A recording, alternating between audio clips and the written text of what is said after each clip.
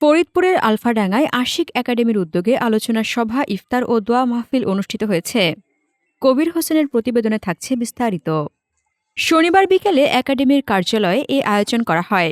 অনুষ্ঠানে সভাপতিত্ব করেন আশিক একাডেমির উপদেষ্টা ও উপজেলা ক্যাবের সাধারণ সম্পাদক মিয়া রাকিবুল। সঞ্চালনা করেন একাডেমির পরিচালক আশিকুজ্জামান। প্রধান অতিথি হিসেবে বক্তব্য রাখেন উপজেলা প্রেসক্লাবের সভাপতি আলমগীর কবির। বিশেষ অতিথি হিসেবে উপস্থিত ছিলেন উপজেলা ক্যাবের সভাপতি কবির হোসেন সহ অন্যান্য বিশিষ্ট ব্যক্তিবর্গ।